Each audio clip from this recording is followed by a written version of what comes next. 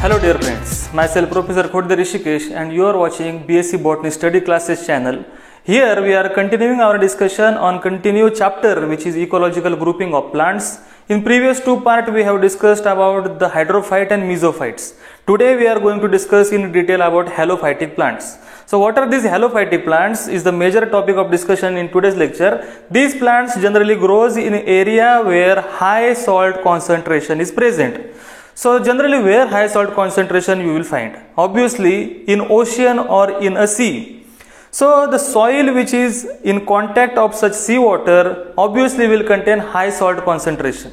So plant which is normal plant, rose plant, jawar plant, pajri plant is not capable to grow in such area. Why? Because these plants are not adapted to face such salt condition.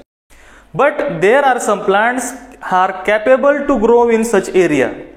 If plants are capable to grow in such area, they have to show adaptation. So we will discuss which type of adaptation they have shown externally and internally. But most importantly, these halophytic plant shows the vivipary type of reproduction. So what is this vivipary type of reproduction? Normally what happens? Plant produces fruits. In fruits, seeds are present. When seed fall on the surface of the ground, that seed germinates if water is there and new plant get produces from the mother plant. But in vivipary case, the plant on which directly next generation start to develop. After few days, that new plant fall upon the ground and start or continue their further development. In normal case, the ovipary type we can observe in every plant which produces fruits, but in halophytes vivipary is there. On the other hand, normally roots tends to grow below to the surface of the ground, which is positive thing, so that's why they call as a positively geotropic. But in halophytic case, some roots they have shown some modified roots which are negatively geotropic. Means what? They try to come above to the surface of the ground. Why? For oxygen requirement. So the soil is containing high salt concentration. Such soil physiologically known as dry soil. Okay, so the plants which are growing in such high salt concentration require some physiological adaptation. Just we have said that the roots are coming outside the soil which is negatively geotropic are nematophorous type of roots. We will discuss more about the external characteristic. First we will discuss about the types of these halophytic plants. There are four types of halophytes. Which are these four types? On the basis of where that halophyte is growing.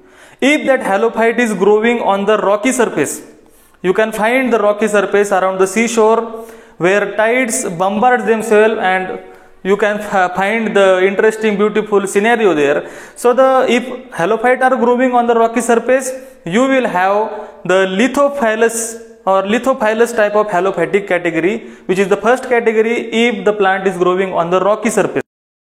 But on other hand, if the halophytic plant is growing in the soil, it is known as psamophilous. The lithophilous and psamophilous are two categories just we have discussed here. And the third category is paleophilous. So what is this paleophilous? Paleophilous means if the halophyte is growing in a mud region, then it is known as paleophilous. And fourth category is halophilous. In plant categories, we have halophytes, four different categories. The halophilous is most important because it is the category in which we will find the mangroves are included. So what are these mangroves? Already we have discussed about the mangroves in plant physiology as well as in previous chapter in ecology, 5th chapter. Here mangroves example once again have in front of us. These mangroves comes under the halophilous category, but remember these halophilous are distinguished into two subcategories. Which are two subcategories? Which are known as salt swamp or desert swamp, and second one is littoral swamp.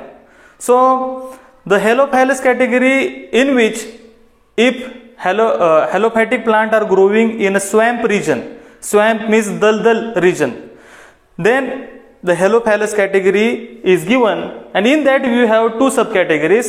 Salt swamp or desert swamp is one category, and another is littorophyllous or littero swamp region, where mangroves example is given. Mangroves are included in littero swamp, which is the subcategory of halophallus category.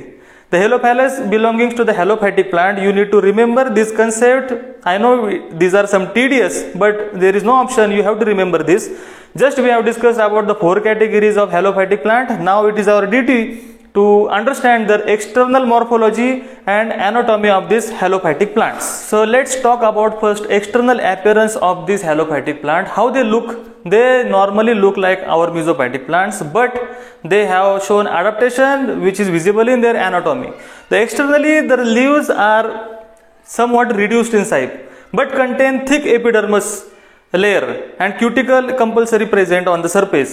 So this plant shows the leaf shading category, means they shade their leaves seasonally, and the branching of the stem is also there. Already we have discussed the roots, which are generally nematophorous, which comes above to the surface for oxygen purpose, and the soil which is high in concentration of NaCl, which is salt, or MgSO4. So the plant have to adapt themselves to live in such area. So for that they have to absorb the water, but they excrete the salt through the salt gland which are present on the surface of this plant. So the externally, the root, stem and leaf shows normal feature. You cannot identify by naked eyes, but by internally, by taking section, transverse section, you can easily determine there are various or huge difference in anatomy of this halophyte and mesophytic plants. So what are these differences? Let's begin with the first transverse section of the root of the halophytic plant.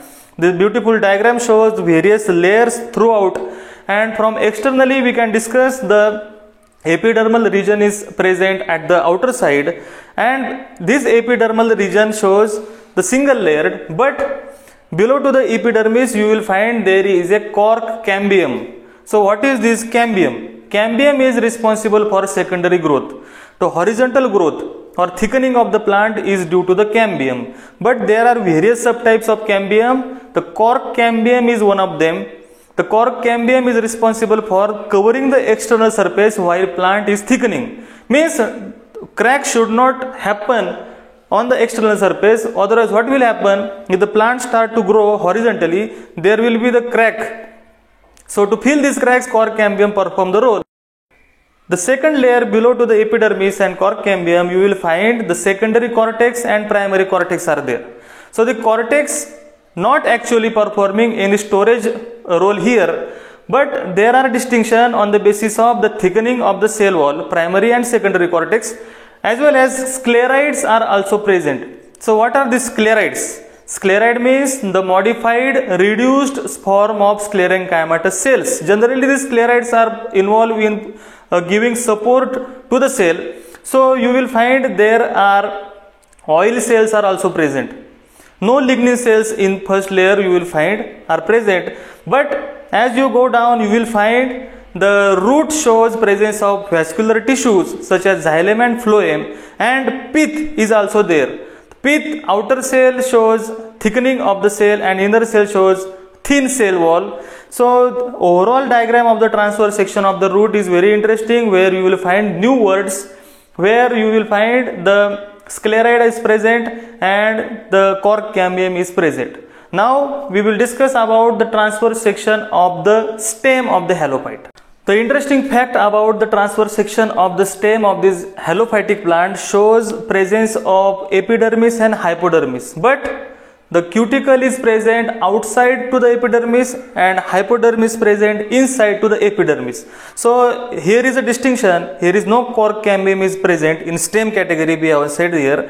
The epidermis, hypodermis, and below to that you will find various different type of cell, as well as lacuna is also there. Lacuna means somewhat air cavities like structure are there, means gaps are between the cells are there. Sclerites are also there.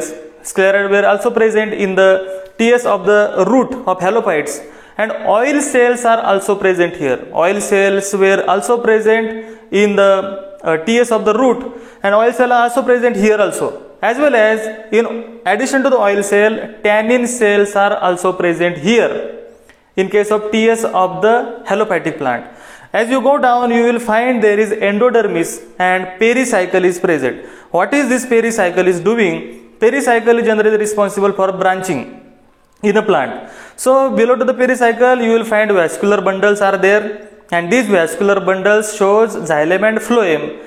Xylem shows protoxylem and metaxylem like structures, and you will find oil cells are also there. So oil cells generally a peculiar characteristic of halophytic transverse section, you can say.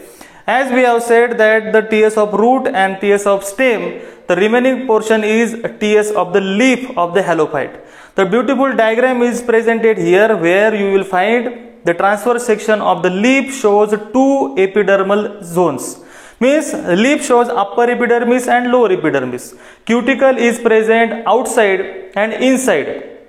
Okay, the cuticle is present at the both side, but the stomata are present only at the lower surface of the leaf. You need to remember this. Once you go down epidermis region, you will find there are different cells, subepidermal water storing cells, mucilaginous cells, and tannin cells, oil cells are also there, vascular tissues are also there, and various lacunas are also present here. Sclerites are also there. So importantly, what? The transverse section of the leaf, root and stem shows various peculiar characteristics which are unique to the halophyte because they have to live in such condition. And one more important point is that the secretory cell, purposely I have kept this point behind because these secretory cells are present throughout the root, stem and leaf. What are these secretory cells are doing? These secretory cells are performing the most important function is that they excrete the NaCl out of the plant. Because water contains salt, plant has to take that water. But after taking water, this plant have advanced machinery that they exclude the salt and use the remaining water. So it is very advanced feature. No any plant which is normal plant can do this function. Very few animal can do this function, which are migratory birds, and in case of plants, these halophytic plants can do this function. With this, I will stop here for halophyte. We will meet in the fourth part, that is xerophytic plant, and after that this chapter will be over, and I will request you to subscribe this channel, and thank you for your time. We will meet in the next part.